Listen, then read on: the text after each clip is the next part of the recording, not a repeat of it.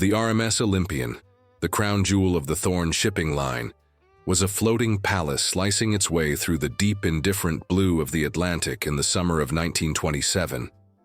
On its upper decks, the sounds of a live jazz orchestra, the clinking of champagne glasses, and the easy laughter of the world's wealthiest patrons created a symphony of decadent leisure.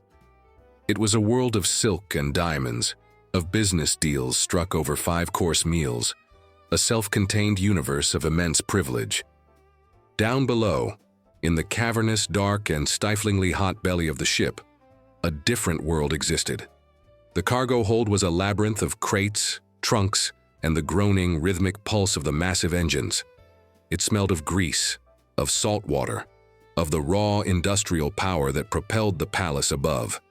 And it was here, in a small, suffocating space behind a stack of crates containing machine parts bound for a factory in Le Havre, that Amara was hiding. For 3 days she had lived in the darkness, a ghost in the machine. Her only companions were the rats that scurried in the shadows and the constant vibrating hum of the ship. She was a stowaway, a desperate fugitive from a life of crushing poverty and suffocating prejudice in rural Mississippi. She had scraped together every last cent she possessed, not for a ticket, but to pay a dock worker in New York to look the other way as she slipped aboard. A whisper of a girl with nothing but the threadbare dress on her back and a fierce, desperate hope for a new life in Paris. Her body ached with a hunger so profound it had become a dull, constant companion. Her supply of stale bread and a single canteen of water had run out yesterday. She was weak, dizzy, and terrified, but her spirit, a stubborn, resilient flame, refused to be extinguished. Every creak of the ship's hull, every shout from a distant deckhand, sent a jolt of fear through her. Discovery, she knew, meant being thrown in the ship's brig and handed over to the authorities at the next port. Her dream of a new life ending before it had even begun. The master of this floating kingdom was Captain Alaric Thorne. At 45, he was a man forged from the same steel that made up his ships. He was handsome in a severe, unyielding way, with sharp features, piercing blue eyes, and a mouth that seemed to have forgotten how to smile. A widower for many years, he had channeled all his energy into his work, his command of his ship absolute, his demand for order and discipline legendary. He viewed his wealthy first-class passengers with a cool, professional disdain, and the world below decks as a complex piece of machinery to be managed, not a community of people. He despised disorder, and a stowaway was the ultimate symbol of chaos, a flaw in his perfect, well-oiled machine. On the 4th day of the voyage, the inevitable happened. A routine inspection of the cargo hold, ordered by a fastidious first mate, uncovered the stowaway's small, hidden nest. 2 burly deckhands found Amara, weak and dizzy from hunger, huddled in the darkness. She was dragged from her hiding place and up through the bowels of the ship, from the heat of the engine rooms to the clean, sterile corridors of the crew's quarters, and finally to the pristine, polished world of the captain's office. Alaric Thorne sat behind his massive mahogany desk, a map of the Atlantic spread out before him. He did not look up as the deckhands brought her in. He let her stand there for a long, humiliating moment, a silent assertion of his absolute authority. "We found her in hold 3, sir," the first mate reported, "hiding behind the crankshaft shipment." Finally, Alaric lifted his gaze. His cold blue eyes swept over her, taking in her ragged dress, her smudged face, her terrified but defiant expression. He saw not a person, but a problem, an unwelcome piece of human contraband that had breached the security of his vessel. "Name?" he asked, his voice a low, clipped command. "Amara," she whispered, her voice a dry, hoarse rasp. "Amara what?" he pressed, his tone impatient. "Just Amara," she said, lifting her chin, a flicker of her resilient spirit showing through her fear. "I see," he said, a faint, condescending sneer on his lips. "A girl with no name and no ticket. Do you have any idea of the trouble you are in, girl? You will be confined to the brig for the remainder of the voyage and handed over to the French authorities in Le Havre. They are not known for their sentimentality." He was about to dismiss her, to have her taken away, when a cruel, amusing idea began to form in his mind. The passengers on the upper deck were growing bored. They had exhausted their gossip, and the endless expanse of the ocean was beginning to lose its charm. They needed a diversion, a new spectacle. He looked at Amara again, at her ragged, desperate state. She was a perfect specimen of the downtrodden masses, a creature from a world his wealthy passengers only ever read about in novels. It would be entertaining. A slow, cold smile spread across his face.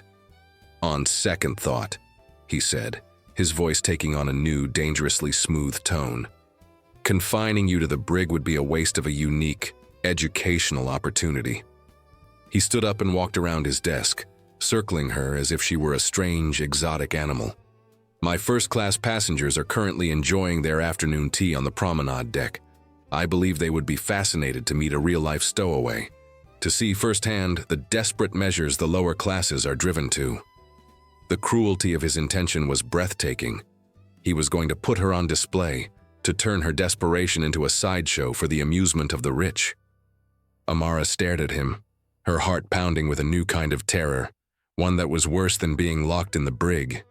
It was the terror of public, absolute humiliation. "No," she whispered, her voice trembling. "Please." "I am the captain of this ship, girl," he said, his voice like ice. "You will do as you are told." He turned to his first mate. "Clean her up a little, just her face and hands. I want the full effect of her authenticity. Then escort her to the promenade deck. I will be waiting." He swept out of the office, leaving Amara standing there, her body trembling with a mixture of fear and a new, cold and burning rage. She had run from a life of humiliation, only to find herself in the hands of a man who intended to serve her up as entertainment on a silver platter. She looked out the porthole at the vast, empty ocean. There was nowhere to run. She was trapped in the floating kingdom of a handsome, cruel, and heartless king. The journey from the bowels of the ship to the sun-drenched promenade deck was a disorienting ascent through the rigid strata of a floating world. Amara was escorted by the first mate, her bare feet silent on the cold steel utility staircases that wound their way up from the noisy, humid depths of the lower decks. They passed through the bustling, efficient corridors of the second-class cabins, then the quiet, opulent hallways of the first class, where the carpets were so thick they muffled every sound, and the air smelled of perfume and privilege. With each level she ascended, the contrast with her own ragged existence grew more pronounced, more cruel. This was not a journey to a trial. It was a carefully orchestrated march of humiliation. The promenade deck was a spectacle of leisurely, almost decadent peace. Wealthy passengers, dressed in crisp white linens and elegant afternoon dresses, lounged in deck chairs, sipping tea and making polite, boring conversation. A string quartet played a soft, unobtrusive melody in one corner. The air was clean and salty, and the afternoon sun cast a brilliant, glittering light on the endless expanse of the blue Atlantic. Captain Alaric Thorne stood near the railing, a figure of absolute, confident authority, a small, expectant smile on his lips. He was waiting for his entertainment to arrive. As the first mate guided Amara onto the deck, a wave of silence rippled through the passengers. Conversations faltered, heads turned, eyes ranging from the merely curious to the openly scornful fixed upon her. She was a jarring, unwelcome note in their perfect, harmonious afternoon. Her dress was a simple, gray and tattered shift, a stark contrast to the silks and linens around her. Her feet were bare, her skin was dark, and her eyes held the haunted look of a cornered animal. She was everything they were not. "Ladies and gentlemen," Captain Thorne announced, his voice carrying easily in the sudden quiet. "My apologies for the interruption to your afternoon. We have had a small breach of security on our vessel. It seems we have an uninvited guest amongst us. For your diversion, I present to you a genuine stowaway discovered this morning in the cargo hold." He gestured towards Amara with a theatrical flourish. He was putting her on display, a living curiosity for their amusement. He expected her to weep, to beg, to collapse under the weight of their collective judgment.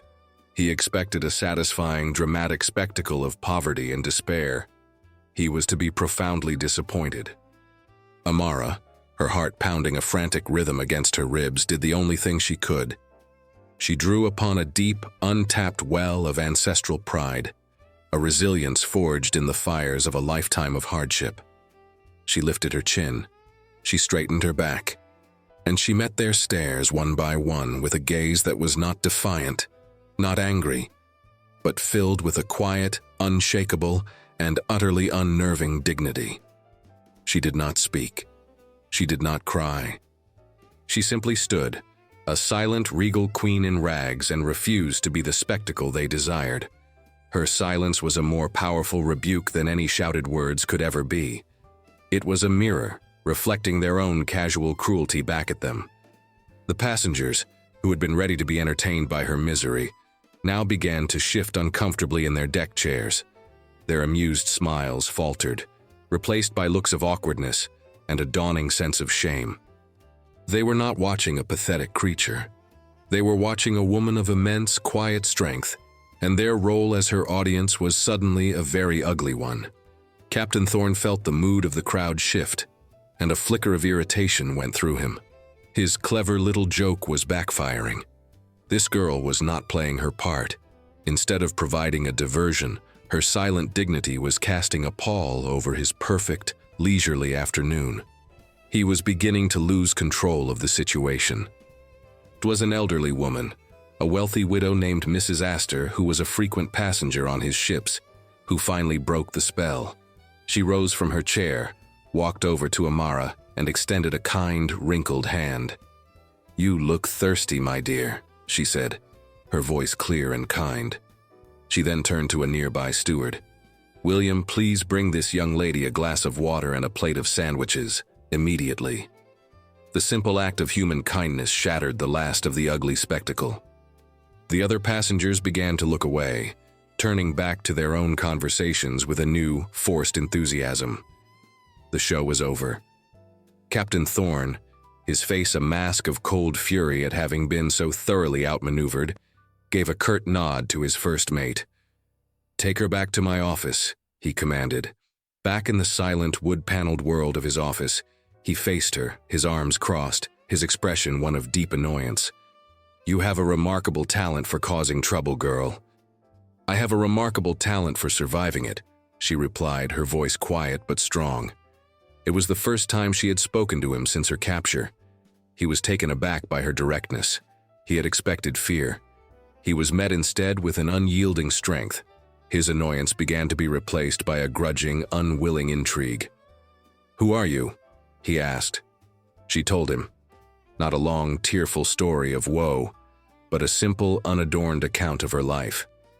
She spoke of the suffocating poverty of her home in Mississippi, of the dead-end future that awaited her there. And she spoke of her dream. She had heard of a place, Paris, a city where a woman of color, a woman like her, could be an artist, a singer, a writer, and be judged not by her skin or her station, but by her talent. Her journey across the sea was not just an escape. It was a pilgrimage towards a promised land of dignity and opportunity. He listened, and for the first time, he saw not a problem to be solved, but a person of incredible, desperate hope. Her dream, so pure and so powerful, was a stark contrast to the jaded, cynical world of his wealthy passengers. The law was clear. She was a stowaway. He was required to confine her to the brig and hand her over to the authorities. But as he looked at her quiet, unbreakable dignity, he found he could not do it. To throw this woman in a cage would be a crime far greater than her own. He made a decision, one that was completely illogical, unprofessional, and entirely his own. "I find myself in need of a personal maid for the remainder of the voyage," he said, the words sounding strange and foreign even to himself. "To tend to my cabin. The duties are light. The position comes with a small salary, and more importantly, a legal status as a member of my crew. As such, you would not be subject to the port authorities in Le Havre." He was offering her a loophole, a lie, a chance. She stared at him, her eyes wide with a mixture of suspicion and a dawning, unbelievable hope. "The choice is yours," he said, his tone all business once more. The brig or my employ. You have 1 minute to decide." Amara looked at this cold, hard, and impossibly complex man. He had publicly humiliated her for his own amusement, and now he was offering her a quiet, behind-the-scenes salvation. She did not understand his motives, but she understood the choice. It was a choice between a certain end to her dream and a strange, dangerous, and uncertain continuation of it. "I accept your offer, Captain," she said, her voice a quiet, steady whisper. He simply nodded, his face unreadable. "Good," he said. "We will discuss your duties in the morning." He then turned away, dismissing her, leaving her standing in the center of his office, no longer a stowaway, but now the personal servant of the very man who had tried to break her. Her journey was not over. It had just taken another, completely unexpected turn. Amara's new world was the captain's private suite. It was a space that was less a cabin and more a magnificent floating fortress of solitude. Paneled in rich, dark mahogany and accented with gleaming, polished brass, it was the epitome of masculine nautical elegance. One wall was a floor-to-ceiling library, filled with leather-bound books of history, philosophy, and tales of oceanic exploration.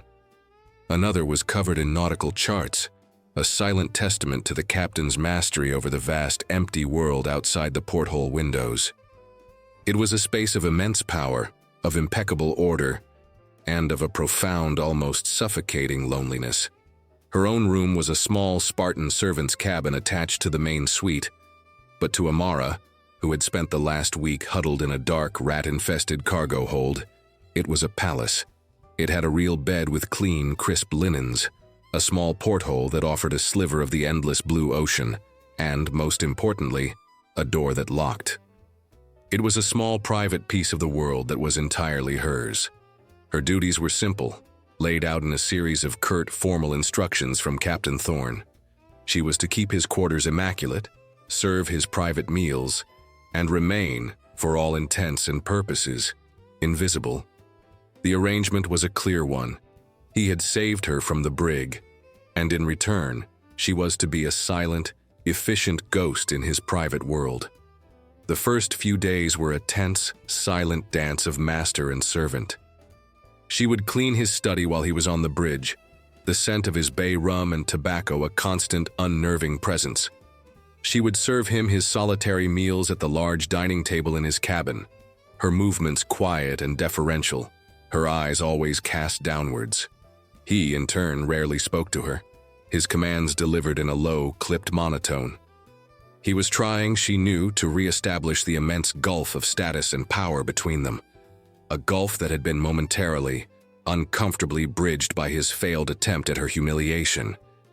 But in the quiet, intimate confines of his private world, the barriers were harder to maintain. In her silence, she became an observer. She saw the man behind the immaculate, imposing uniform. She saw the deep, weary lines around his eyes when he would return from the bridge late at night, the weight of his command a heavy, invisible burden. She saw the books he read, not just naval histories but poetry, Keats and Shelley, their pages worn and well-thumbed. She saw the single silver-framed photograph he kept on his desk, of a beautiful, smiling woman with his same sad, intelligent eyes. His late wife, she presumed.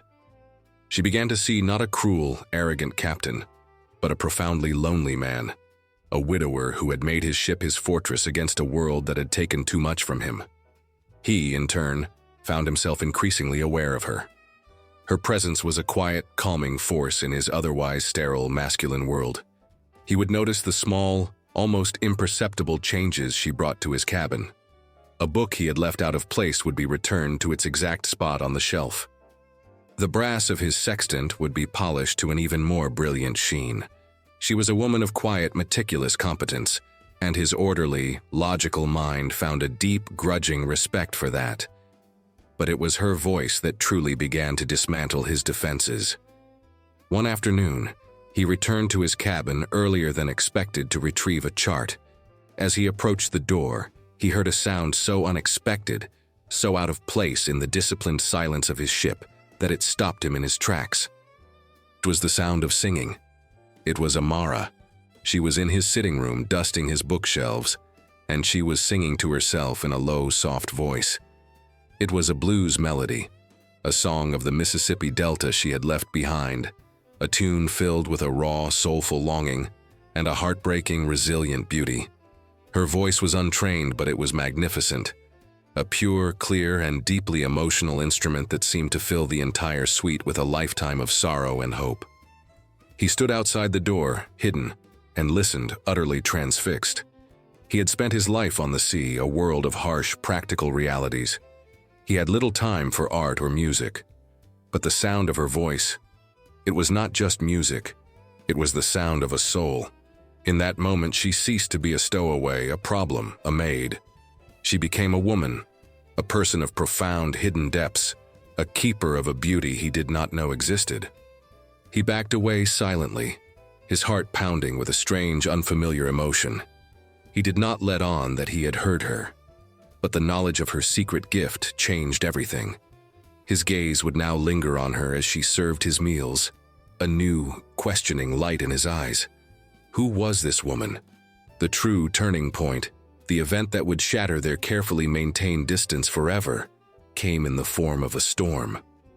It was a monster, a North Atlantic tempest that seemed to rise from the depths of the sea itself. The RMS Olympian, for all its might, was tossed about like a child's toy on the massive, churning waves. The sky turned a bruised, angry black, and the roar of the wind and the crashing of the waves was a deafening, terrifying symphony.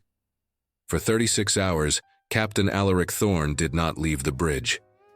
He was a master of his craft, a brilliant, fearless commander, and he fought the storm with every ounce of his skill and his will. He was a titan battling a titan, a man against the sea. In his cabin, Amara rode out the storm alone. She was terrified, the violent pitching motion of the ship a constant, nauseating assault. But her fear was not for herself, it was for him. She would stand by the porthole, watching the colossal waves crash over the bow, and she would pray for the safety of the man on the bridge, the cold, complicated man who had, in his own strange way, saved her. On the second night, when the storm was at its most ferocious, he finally returned to his cabin. He was not the immaculate, imposing captain. He was a man drenched to the bone, his uniform soaked, his face pale and gray with a profound, bone-deep exhaustion. He stumbled into the room, his body swaying with the violent motion of the ship, and collapsed into his armchair, a man utterly spent. Amara, who had been waiting, was at his side in an instant. She did not speak. She simply went to the galley and returned with a thick, warm blanket and a steaming mug of strong black coffee, laced with a generous portion of brandy from his decanter. She wrapped the blanket around his trembling shoulders and pressed the warm mug into his cold hands. He looked up at her. His blue eyes, usually so sharp and commanding, were now clouded with a raw, unguarded weariness. He was no longer the captain of the ship. He was just a man, cold, tired, and in need of a moment of comfort. She knelt before his chair, taking a cloth and beginning to dry his rain-soaked hair, her touch gentle and sure. It was an act of profound, simple care, an intimacy that transcended their respective stations. "The worst of it is over," he murmured, his voice a low, rough whisper. "The ship is safe." "And what of its captain?" she asked softly. He looked at her kind, concerned face, at the quiet, steady strength in her eyes. In the heart of the raging tempest, in the quiet intimacy of his cabin, the formidable Captain Alaric Thorne felt a fortress he had spent years building around his own heart begin to tremble and crack. He had been the master of this ship, but in this moment he knew, with a certainty that was both terrifying and deeply comforting, that he was no longer in command. The morning broke, serene and blessedly calm. The tempest had exhausted itself, leaving behind a sky of pale, washed-out blue, and an ocean that rolled in long, gentle, silvery swells. The RMS Olympian, having weathered the storm, now glided through the water with a steady, peaceful grace. The battle was over. Inside the captain's suite, a different kind of calm reigned, one that was far more fragile and complex. Amara had spent the night in her own small cabin, but she had not slept. Her mind was a whirlwind, replaying the raw, unguarded moment in the armchair over and over. She had touched him. She had seen the man behind the formidable mask of the captain, a man as weary and as battered by his own internal storms as the ship had been by the one outside. The carefully constructed walls between them, of his authority, of her servitude, of their different worlds, had been washed away in the deluge, and she had no idea what, if anything, would be left in their place. She entered his main cabin in the early morning light, her heart pounding a nervous rhythm. She expected to find him asleep, but he was already awake, standing by the large porthole window, staring out at the placid sea. He was dressed in a fresh, immaculate uniform, the picture of a commander once more in control. For a heartbreaking moment, she thought the brief, fragile intimacy of the night before had been a dream, a hallucination born of fear and exhaustion. But then he turned, and the look in his eyes was different. The cold, dismissive mask was gone. In its place was a quiet, contemplative vulnerability, and a new awareness of her that was as profound as it was unnerving. "Good morning, Amara," he said, his voice a low, gentle rumble. It was the first time he had used her name without a preceding command. "Good morning, Captain," she replied, her own voice a soft whisper. An awkward, charged silence fell between them. She was his maid. She should be seeing to his breakfast. He was her master. He should be giving her orders. But they both knew that their old roles were now ill-fitting costumes from a play that had already ended. He cleared his throat. "The sky is clear," he said, gesturing to the window. "The worst is behind us. You should come and see it." It was not an order. It was an invitation. She walked slowly to the window and stood beside him, her shoulder almost brushing his. Together they looked out at the vast, peaceful expanse of the ocean. After the violent chaos of the storm, the tranquility was breathtaking. "I have seen 100 storms at sea," he said quietly, his gaze fixed on the horizon. "But none like that. There was a moment last night when I was not certain we would see another sunrise." He turned to her, his blue eyes holding a raw, unvarnished honesty. "I was afraid, and then I came back here, and you were here, and for the first time in a very long time, I was not alone in the storm." The confession, so simple and so profound, was a more intimate act than any touch had been. He was giving her a piece of his soul, a glimpse into the profound loneliness that had been his constant companion. "I was afraid for you, too," she admitted, her own voice barely a whisper. They stood in silence for a long moment, the shared memory of the night's terror and the morning's peace forging a new, unspoken bond between them. "My wife, Genevieve," he began, his voice so soft she had to strain to hear it over the gentle hum of the ship. He gestured to the silver-framed photograph on his desk. "She loved the sea. She said it was the only thing that was as honest and as untamable as her own heart." He looked at the photograph with an expression of such deep, aching love and loss that it made Amara's own heart ache in sympathy. She was an artist, a painter. She saw the world in colors and light that I, with my practical mind, could never see. She was the fire in my very gray, orderly world. He paused, a shadow passing over his face. "She was taken by a fever in this very cabin on a voyage just like this one 10 years ago. I have been sailing with her ghost ever since. This ship, this rigid, disciplined life. It is all I have left of her." He had never spoken of this to anyone, but he found himself telling her, this quiet, resilient stowaway, this woman with the soulful eyes and the voice like a sad, beautiful song. He was speaking not to his maid, but to a fellow survivor, a woman he knew with an instinct he could not explain, would understand the language of grief. "I am sorry for your loss, Alaric," she said, her voice a balm of pure, simple empathy. She used his given name, a quiet, natural step across the chasm that had once separated them. He looked at her, at the genuine compassion in her face. She was not offering him pity. She was offering him understanding. And in that moment he knew he could no longer bear the charade of their current arrangement. To have this woman, This remarkable, intuitive soul continued to serve him his meals and clean his cabin felt like a profound and intolerable sacrilege. "The duties of your current position have changed, Amara," he said, his tone shifting, becoming firm with a new, clear purpose. She looked at him, a flicker of her old fear returning to her eyes. Was he going to send her away? "I find," he continued, a small, wry smile touching his lips for the first time, "that I have lost my appetite for solitary meals. I require a dinner companion for the remainder of the voyage. The position comes with a new uniform, which I will have the ship's purser arrange for, and it requires you to sit opposite me at my table, not as a servant, but as my guest." He was not just offering her a meal, he was offering her a new status. He was elevating her in the eyes of the entire ship, from a piece of human contraband to his chosen companion. It was a scandalous, rule-shattering, and breathtakingly romantic gesture. She stared at him, utterly speechless. "The choice, as always, is yours," he said, his gaze intense, "but I would be deeply honored by your company." Amara looked at this complex, grieving, and impossibly kind man. He had humiliated her, saved her, and now he was inviting her into his world, not as a ghost but as an equal.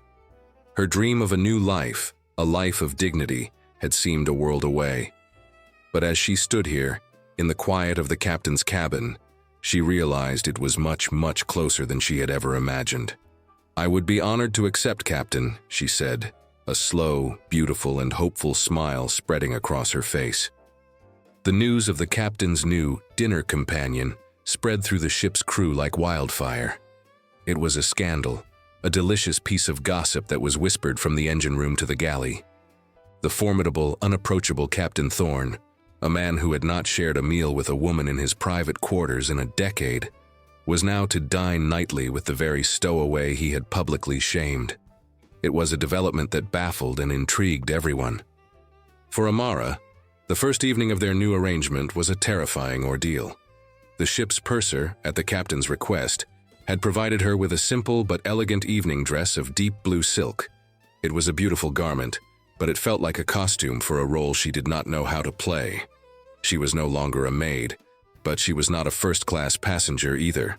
She was something else entirely, a new, undefined category of person in the ship's rigid hierarchy. She was shown into the captain's private dining room, a small, exquisitely appointed space adjoining his main cabin. The table was set for two with fine china and sparkling crystal. Alaric was already there, standing by the porthole, looking out at the darkening sea. He was not in his uniform, but in a handsome dinner jacket. He turned as she entered, and for a moment, they were simply a man and a woman, two strangers about to share a meal. "Amara," he said, his voice a low murmur. "You look lovely." "Thank you, Captain," she replied, her own voice barely a whisper. The dinner that followed was a masterpiece of awkward, charged intimacy. A silent steward served them course after course of the finest food from the first-class galley. At first, they spoke little, the clinking of their silverware the only sound. But as the meal progressed, Alaric, as if making a conscious effort, began to draw her out. He did not ask about her painful past. Instead, he asked about her dreams. He asked about the Paris she hoped to find, about the art she wanted to create, about the songs she had once sung in the Mississippi Delta. He was a surprisingly attentive and insightful listener. He spoke to her not as a captain speaking to a stowaway, but as a man speaking to a woman whose mind he genuinely wanted to understand. She, in turn, found herself relaxing in his presence. She saw past the formidable captain to the lonely, intelligent man beneath. She asked him about the sea, about the stars he used to navigate, about the distant, exotic ports he had visited. She discovered he was a man of deep hidden passions, a scholar of the ocean's moods. These nightly dinners became their ritual, their private sanctuary. In the quiet intimacy of his cabin, surrounded by the vast, dark emptiness of the Atlantic, they created their own small, self-contained world. They were two lonely souls who had, against all odds, found a companion. The unspoken attraction between them grew with each shared meal, a powerful, simmering undercurrent in their conversations. She would find her gaze lingering on the strong line of his jaw, and he would catch himself watching the way the candlelight danced in her dark, expressive eyes. The true test of her new status, however, came a week into their new arrangement. There was to be a formal captain's ball in the first-class ballroom, a grand, celebratory affair. "I am, of course, expected to attend," he told her over dinner, his expression carefully neutral. "And I am expected to have a partner for the first dance. I would be honored if you would accompany me, Amara, as my guest." The invitation sent a wave of panic through her. To be put on display again, in front of the same people who had stared at her with such scorn and pity on the promenade deck. It was a terrifying prospect. But then she looked at Alaric, at the quiet, steady faith in his eyes. He was not asking her to be a spectacle. He was asking her to be his partner. He was showing the world that she was his equal. "Yes, Alaric," she said, her voice firm with a newfound courage. "I will." The night of the ball, she was a vision. The purser had provided her with a magnificent gown of shimmering deep crimson silk that clung to her graceful figure. Her hair was styled in an elegant chignon, and a simple string of pearls, a gift from Mrs. Astor who had become her quiet champion, graced her neck. When Alaric came to collect her, he stopped in the doorway, his breath catching in his throat. She was, he thought, the most beautiful woman he had ever seen. Their entrance into the ballroom caused a predictable sensation. A wave of shocked, scandalized whispers followed them. But this time, Amara did not falter. She walked at Alaric's side, her head held high, her quiet dignity a shield against their judgment. When the orchestra began the first waltz, Alaric led her to the center of the floor. He took her in his arms, and they began to dance. They moved together with a natural, effortless grace, two people perfectly in tune with each other. In that moment, the rest of the world, with its petty rules and its cruel judgments, faded away. There was only the music, and the man holding her in his arms. After the dance, he led her out to the quiet moonlit deck, away from the noise of the party. They stood by the railing, the sea a vast, dark expanse of glittering diamonds below them. "You were magnificent," he said, his voice a low, reverent whisper. "You faced them all down without a trace of fear." "I was not afraid," she said, looking up at him, her heart in her eyes, "because I was with you." He looked down at her beautiful, upturned face, and the last of his carefully constructed defenses crumbled. He had told himself this was a practical arrangement, an act of a captain maintaining order on his ship. He knew now it was a lie. He had not just saved a stowaway. He had fallen in love with her. "Amara," he began, his voice thick with an emotion he could no longer suppress. "When my wife died, the music in my life went silent. This ship, this sea, it has been a beautiful, empty ballroom for a decade. But you have brought the music back. You are the music." He reached out, his hand gently cupping her face. "I am in love with you. It is the only navigational truth my heart has left." Tears of joy streamed down her face as she looked at this kind, honorable, and lonely man. He had seen her at her lowest, and he had not just saved her, he had cherished her. He had seen the queen hidden beneath the rags. "And I am in love with you, Alaric," she whispered. He leaned down then, and under the vast, star-filled canopy of the Atlantic sky, he kissed her. It was a kiss of profound, overwhelming love, a promise of a new life, a new beginning. The stowaway and the captain had found their safe harbor, not in a distant port, but right there, in each other's arms. The final days of their transatlantic voyage were a blissful, stolen dream. The RMS Olympian, once a floating stage for Amara's humiliation, had become their private kingdom. They were no longer the captain and the maid, but simply Alaric and Amara, a couple so deeply and obviously in love that their very presence silenced the last of the malicious whispers among the first-class passengers. The gossip had not ceased, of course, but its tone had shifted from scandalous to legendary. They were now the ship's great, unexpected love story. They were inseparable. They would walk the decks in the crisp morning air, hand in hand, watching the dolphins play in the ship's wake. They would spend long, quiet afternoons in his library, reading to each other from his collection of poetry, their shared love for the written word a deep and comfortable bond. And every evening, they would dine together, not in the privacy of his cabin, but at the captain's table in the grand dining room, a quiet, defiant declaration of their new reality.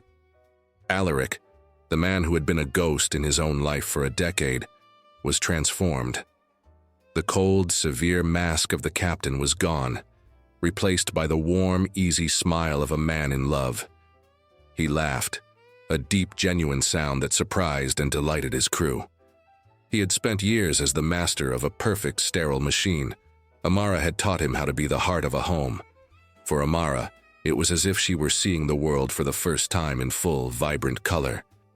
In the safety and adoration of Alaric's love, she blossomed. Her quiet dignity was now infused with a radiant, joyful confidence.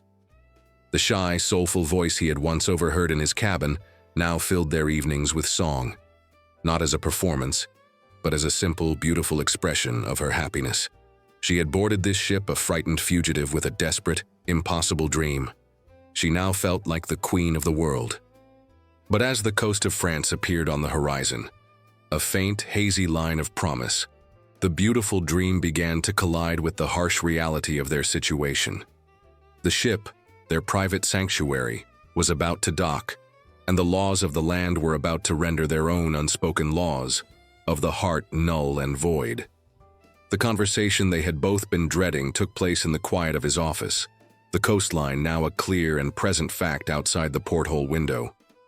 "We will be in Le Havre in less than 24 hours, Alaric began, his voice taking on a grim, serious tone she had not heard in days. He stood before the large map on his wall, a commander once more, facing his most difficult strategic problem. "I have been reviewing maritime law and French immigration statutes," he continued, his back to her. "The situation is complicated." "What will happen to me?"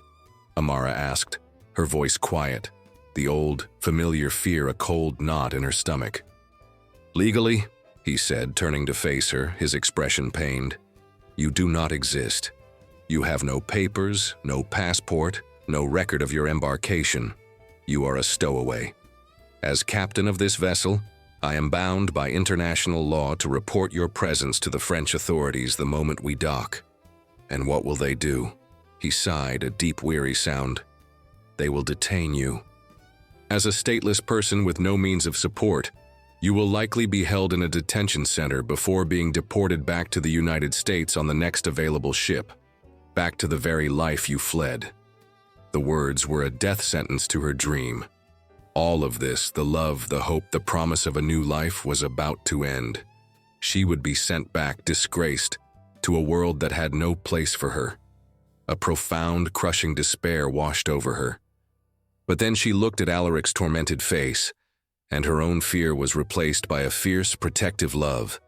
This was not just her problem, it was his. She saw the war in his eyes, the battle between his duty as a captain and his love for her. She knew that to protect her, he might be tempted to do something reckless, to lie on his official logs, to risk his career, the very thing that defined him. And she could not let that happen. "Then that is what must happen," she said, her voice full of a quiet, heartbreaking resolve. "You are the captain of this ship, Alaric. You cannot break the law for me. I will not be the cause of your ruin. I will face them. I will tell them the truth. I will survive. I have survived worse." He stared at her, his heart breaking at her courage, at her willingness to sacrifice her own future for the sake of his honor. "No," he said, his voice a low, fierce growl. "I did not pull you from the darkness only to watch the world throw you back in. There will be no brig. There will be no deportation. You are not leaving my side, ever." He began to pace the office, a caged lion, his brilliant strategic mind racing, searching for a loophole, a third option, a way out of this impossible checkmate. And then he stopped.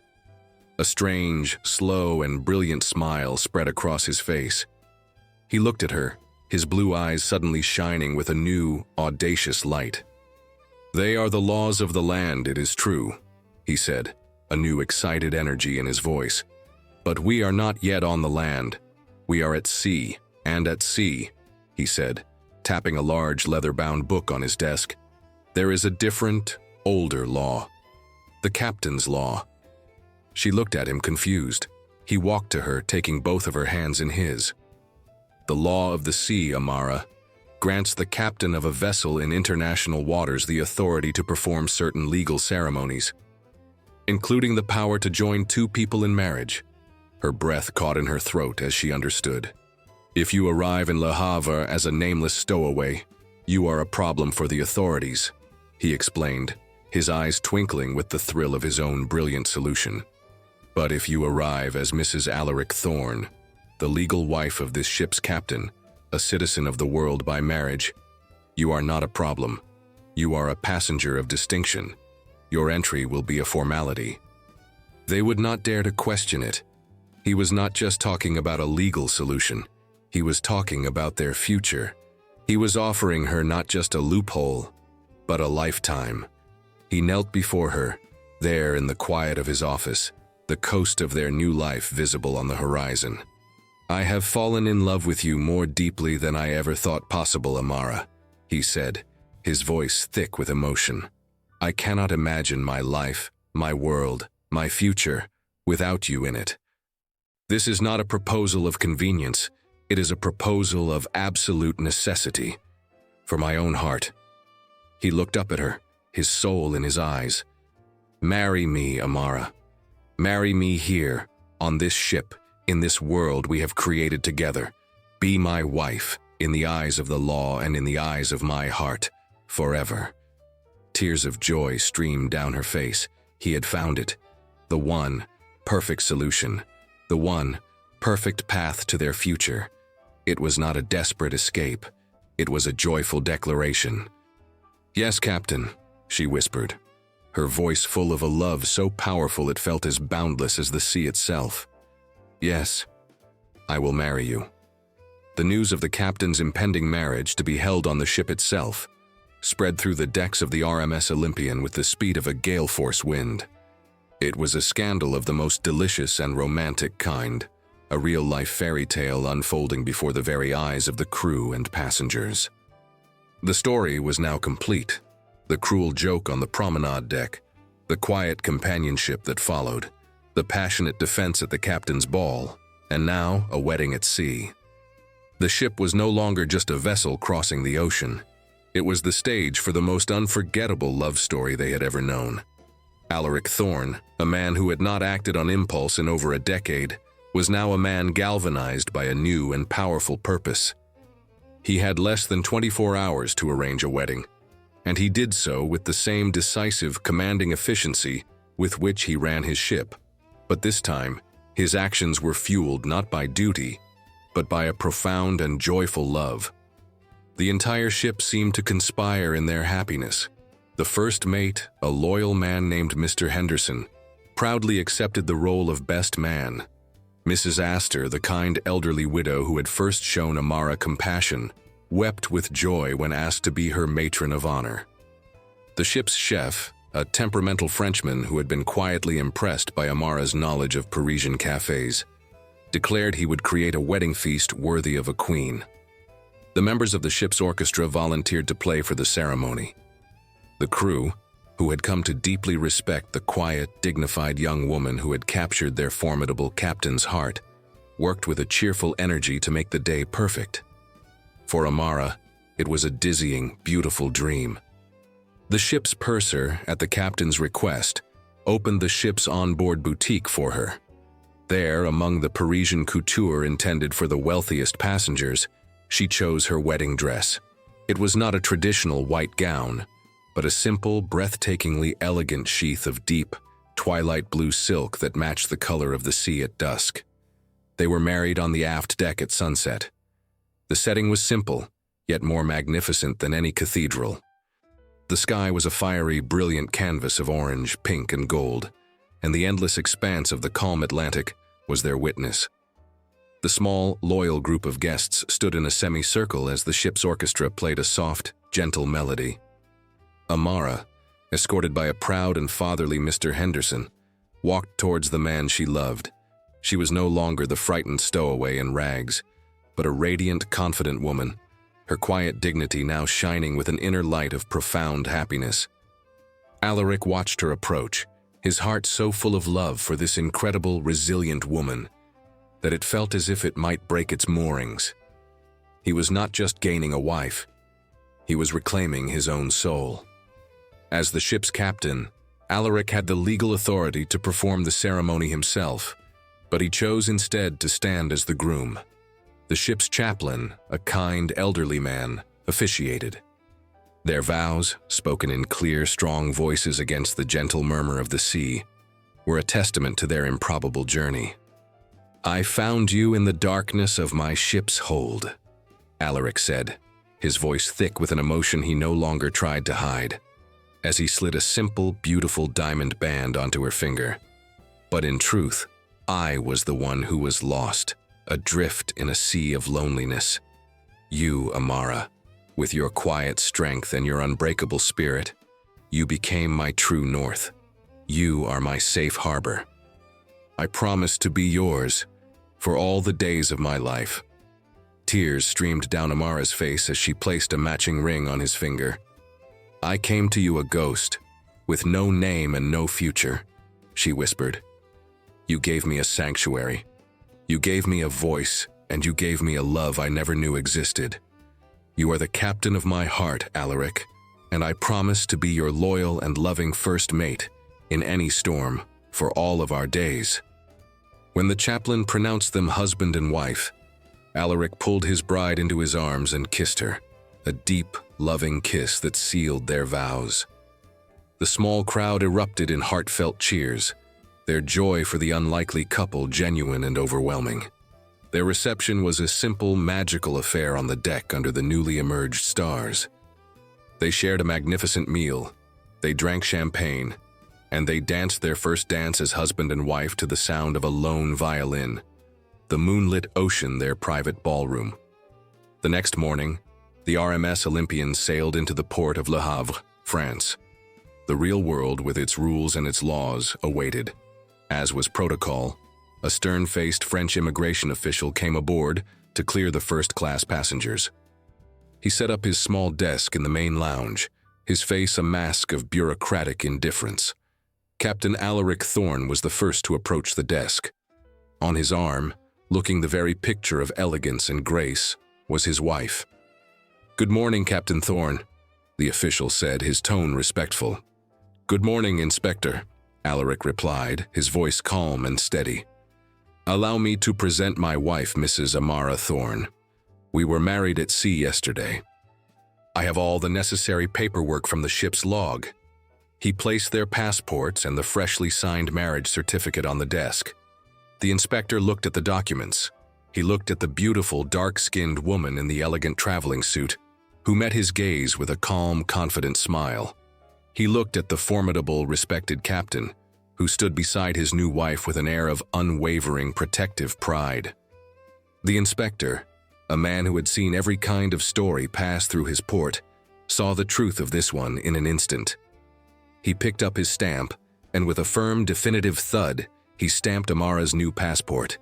"Bienvenue en France, Madame Thorne," he said with a small, almost imperceptible smile. "Welcome to France." The final challenge had been met. The last obstacle had been overcome. Amara was no longer a stowaway. She was Mrs. Alaric Thorne. Alistair took his wife's hand, and together they turned and walked towards the gangplank, ready to step off the ship and into their new life. They were leaving the sea, the place that had brought them together, behind. But they were taking the greatest treasure of their voyage with them, each other. They were home. Paris in the late 1920s was not just a city, it was a celebration. It was a vibrant, chaotic, and intoxicating symphony of art, music, and intellectual fervor. For Amara Thorne, who had spent her entire life in the suffocating silence of rural Mississippi, the city was a revelation, a feast for the senses. She walked its cobblestone streets hand in hand with her husband, her eyes wide with the wonder of it all. The smell of fresh croissants from a corner boulangerie, the sight of artists painting along the banks of the Seine, the sound of jazz music spilling from the open doors of hidden clubs in Montparnasse. This was the city she had dreamed of, and the reality was even more beautiful than her imagination. Alaric watched his wife fall in love with Paris, and in doing so, he fell in love with it all over again himself. He had known the city for years as a place of business, of formal meetings and sterile hotel rooms. But seeing it through her eyes, he saw its true bohemian heart for the first time. The once lonely captain, a man who had found his only comfort in the rigid discipline of his ship, now found a new, profound joy in the simple, unstructured pleasure of an afternoon spent exploring a dusty bookshop or a quiet, forgotten museum with the woman he loved. They took a beautiful, light-filled apartment on the Ile Saint-Louis, its tall windows overlooking the gentle flowing current of the Seine. It was a world away from the dark, oppressive cargo hold where their story had begun. It was a home, filled with books, with music, and with the easy, comfortable laughter of two people who were not just lovers, but best friends. Alaric, for the first time in his career, took a long, extended leave of absence from his shipping line, entrusting the daily operations to his trusted first mate, Mr. Henderson. He was a man rediscovering the art of living, and Amara was his patient and joyful teacher. But they were both people of purpose, and their blissful, idyllic honeymoon could not last forever. Amara, now a woman of means and status, was finally free to pursue the dream that had propelled her across an ocean, to become a singer. Alaric encouraged her, hiring the best vocal coach in Paris. Her natural, soulful voice, once a secret hummed in the shadows of his cabin, was now being polished into a magnificent, world-class instrument. She began to sing in the small, smoky jazz clubs of Montparnasse, the very heart of the city's expatriate art scene. Her voice, so full of a life of sorrow and a spirit of unbreakable resilience, captivated the city. She became a sensation, the mysterious Madame Amara, the American singer with the voice of an angel and the soul of the blues. It was during these nights that their new legacy began to take shape. They were embraced by the vibrant community of artists and musicians, many of whom were, like Amara, Black Americans who had come to Paris seeking a freedom and a respect they could not find at home. They were brilliant, talented souls, but many of them struggled financially, their genius often at the mercy of unscrupulous club owners and a fickle public. Amara, whose own past of poverty was still a fresh memory, felt a deep kinship with them. "They have so much to give the world, Alaric," she said to him one evening, after a particularly moving performance by a young, struggling trumpet player. "But they are so vulnerable. They need a safe place, a place that values their art, that respects them as artists." A new, shared idea, more exciting than any business venture, began to form between them. They would create that place. It was an audacious plan. Alaric, using his formidable business acumen and a significant portion of his personal fortune, secured a magnificent old theater in the heart of Montparnasse that had fallen into disrepair. He oversaw its renovation, transforming it into the most beautiful and acoustically perfect jazz club in Paris. Amara was its soul. She designed the interior to be a place of warm, intimate elegance, with small, candle-lit tables, plush velvet seating, and a stage that made every performer feel like a star. She used her own now famous name to attract the city's best musicians, but her true passion was in discovering new, unknown talent, the brilliant artists who were still struggling in the shadows. They named it the Harbor Club, a quiet, heartfelt tribute to the journey that had brought them together.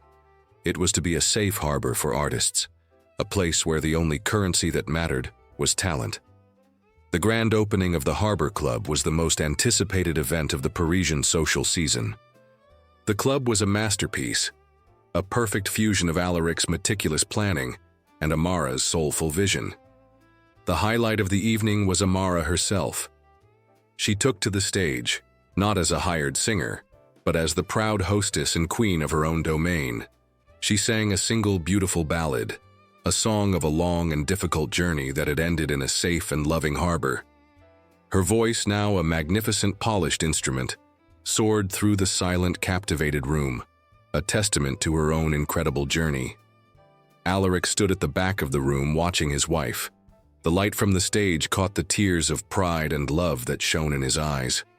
He had been a man who commanded a floating kingdom of steel, a master of the vast, empty ocean. But this was a kingdom of a different sort. It was a kingdom of music, of art, of community. It was a kingdom of the heart, and the beautiful, courageous, and impossibly brilliant woman on the stage was its undisputed and eternal queen. He was not her savior. He was simply her most devoted subject. The Harbor Club did not just succeed, it became the very soul of the Parisian jazz scene. In the years that followed, its name was whispered with a kind of reverence from the smoky clubs of New York to the vibrant cabarets of Berlin. It was a place of true artistry, a stage where the most brilliant and innovative musicians of the era came not just to perform, but to create, to collaborate, to be free. It was, as Amara had dreamed, a true and lasting sanctuary. Alaric and Amara Thorne were the quiet, steady heart of this vibrant world. They were a formidable and beloved team.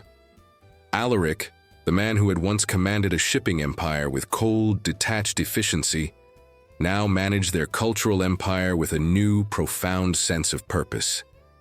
He was a shrewd and honest businessman, ensuring the club was not just an artistic success, but a financial one, providing a stability and a respect for its artists that was unheard of in the often predatory world of entertainment. He had discovered that building a legacy of culture was infinitely more satisfying than building one of mere commerce. Amara was the club's guiding spirit. She was no longer a performer, having chosen to cede the spotlight to the new generation of talent she so lovingly nurtured.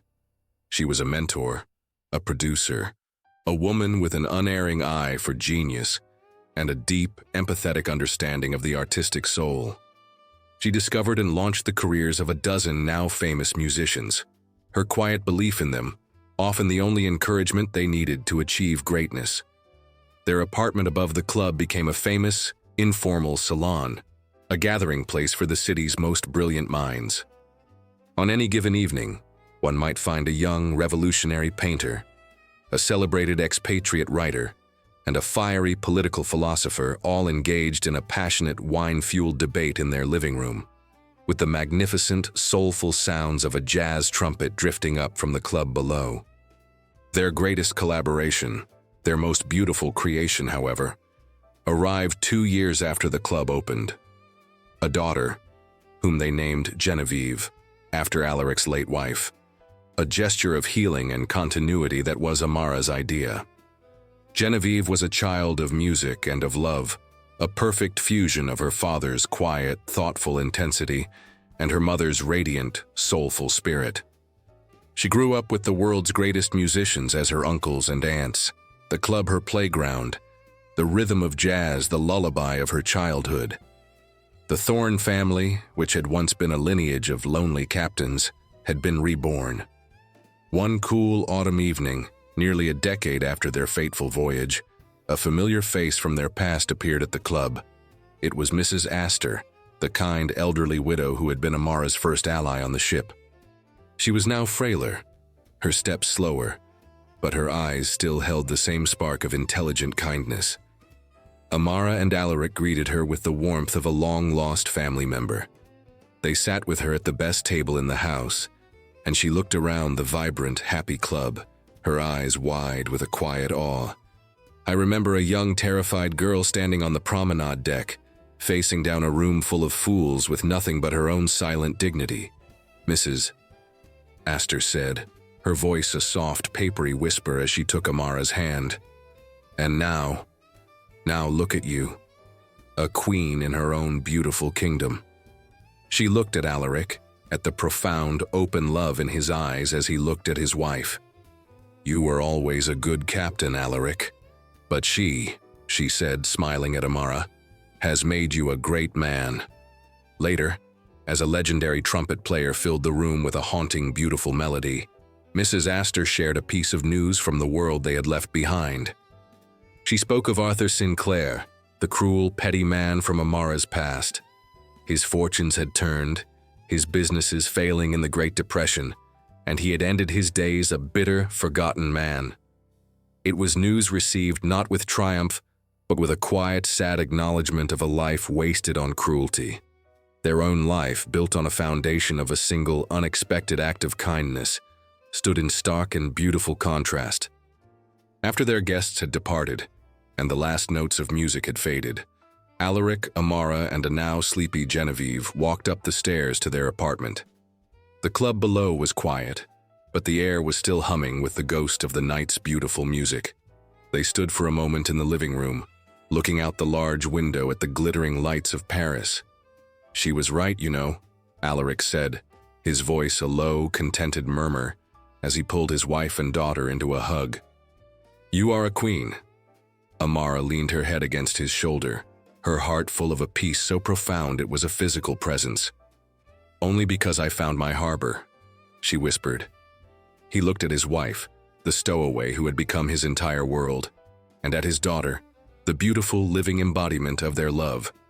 He had spent the first half of his life as the master of a vast, empty ocean, a man defined by his solitude. But now, in the heart of Paris, surrounded by his family, by his community, by the music his wife had brought back into the world, he was something else entirely. He was a man who was, finally and completely, home. Their legacy was not just in the club they had built, but in the family they had become, a testament to the fact that the most beautiful music in the world is the sound of a loving and a deeply loved heart. The years flowed on, a beautiful, melodious river of time. The Harbor Club became more than just a famous Parisian nightclub. It became an institution, a legendary sanctuary for art and freedom. As the world outside grew darker with the ominous gathering storm of the late 1930s, the club became a beacon of light, a place where artists of all nationalities, races, and beliefs could gather to create and celebrate the defiant, universal language of music. Alaric and Amara Thorne were the quiet, steady guardians of this beacon. They grew old together, their love a deep, comfortable, and unshakable partnership that was the foundation of their vibrant world. He was no longer the lonely, haunted captain, but a respected and beloved patron of the arts, a man who had found his true purpose not in commanding ships, but in nurturing souls. She, the once frightened stowaway, was the revered matriarch of the Parisian music scene, her quiet wisdom and unwavering support a guiding light for a generation of artists. Their greatest creation, their most beautiful song, was their daughter, Genevieve. She grew into a remarkable young woman, possessing her mother's breathtaking, soulful voice and her father's quiet, analytical mind. She had been raised on jazz and poetry, her playground the wings of a stage, her lullabies the sound of a late-night jam session drifting up from the club below. She was a child of two worlds, perfectly at home in both. One cool autumn evening in 1938, a decade after the club had opened, a special sense of anticipation buzzed in the air. The club was packed to the rafters. Tonight was not about a famous visiting artist. Tonight, Genevieve Thorne, now a poised and stunningly beautiful young woman of 18, was making her official debut as the club's featured singer. Alaric and Amara sat at their usual table in a quiet, shadowed corner, their hands clasped together. They were not proprietors tonight. They were simply proud, nervous parents. The lights dimmed. A single warm spotlight found the young woman standing at the microphone on stage. She was the very image of her mother, but her confidence, her easy command of the stage was all her own. She began to sing. Her voice, a magnificent, rich contralto, filled the silent, captivated room. It was a voice that held the soulful memory of the Mississippi Delta, the sophisticated polish of Parisian training, and a power that was uniquely hers. It was the voice of a new generation, a song of hope in a world that was growing increasingly fearful. As he listened to his daughter sing, Alaric looked at his wife. Her face, illuminated by the soft glow from the stage, was a beautiful, serene portrait of maternal pride and profound, quiet joy. He thought back to the first time he had heard that voice, a soft, secret hum in the lonely silence of his captain's cabin. He had been a man adrift in a sea of grief, and her voice had been the first, distant sound of a shore he had thought he would never find again. The song ended, and the club erupted in a thunderous, sustained ovation. Genevieve, their daughter, the living, breathing legacy of their love, took a graceful bow. Later that night, long after the last of the patrons had departed, and Genevieve was celebrating with her musician friends, Alaric and Amara stood alone on the small, private balcony of their apartment, overlooking the quiet, sleeping city of Paris. "She has your voice," he said, his voice a low, reverent murmur as he pulled her close. "But she has your strength, too. She is not afraid of the spotlight." "She has nothing to be afraid of," Amara replied, her head resting on his shoulder. "She grew up in a safe harbor, a harbor you built for us." He smiled, looking out at the city. "I was the captain of the world's greatest ship, but it was an empty vessel. You, my love, you are the one who taught me how to build a real harbor, a place filled with music, with life, with love." He turned to her, his blue eyes full of a lifetime of love and gratitude. "My entire life was a long, lonely voyage, Amara. I was just sailing in circles. My real journey did not begin until the day I found a stowaway in the hold." She looked up at him, her own eyes shining. "And I," she whispered, "was a girl running from a life with no future. I never dreamed that the ship that was meant to be my prison would end up being the very vessel that carried me home." He leaned down and kissed her, a long, slow, and deeply contented kiss. Their incredible, impossible journey, from the dark, churning waters of the Atlantic to this peaceful, beautiful life in the heart of Paris, was complete. The cruel captain and the terrified stowaway were gone, replaced by a husband and a wife, a mother and a father, two partners who had found their greatest adventure in building a sanctuary for others. Their love story had become a timeless, beautiful melody, a song that would be passed down through their daughter, and through the generations of artists who would always find a safe harbor in the club that love built. Sometimes the greatest act of courage is not to stand and fight, but to flee towards an unknown shore in search of a better life. A single act of unexpected kindness can be the captain's hand that steers a lost soul to a safe harbor.